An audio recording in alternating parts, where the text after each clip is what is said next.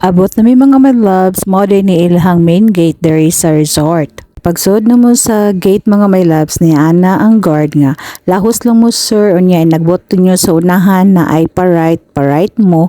Unya inigabot na po ninyo sa unahan na ay sa ilaing pa-right, so pa-right ta sa daw me. Nigsod ninyo diri mga my loves, makita dayon ninyo kaning dako kaayo nilang lugar. Daghan kayong mga kahoy-kahoy unya, limpyo pod kayo ilang palibot.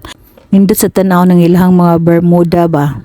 Gikan mi mga malabs mga 10 AM sa morning unya naabot mi diri mga 12 na kapin. Ti pagkainit ta unya padayon na jud ta ani sa atong pagbiyahe. Kinahanglan jud kung moari mo mga my loves, kinahanglan na jud mo sakyanan. Asa naman kaning pa-right nga giingon sa guard, oy kay murag taas-taas na jud kay ni among pagbiyahe.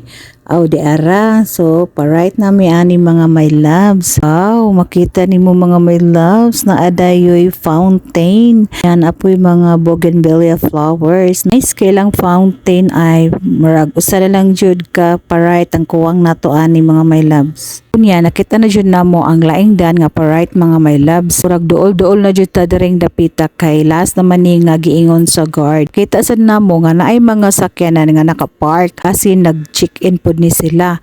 Wala sad mi kabalo kay diha man sila nag-park sa daplin sa dan, pero okay ra kaayo bisag asa siguro mo park diri mga my loves kay dako mang jud kay lang area. Oto naabot na mi diri mga my loves, mang check-in na ta para maka-proceed na mi sa among vela.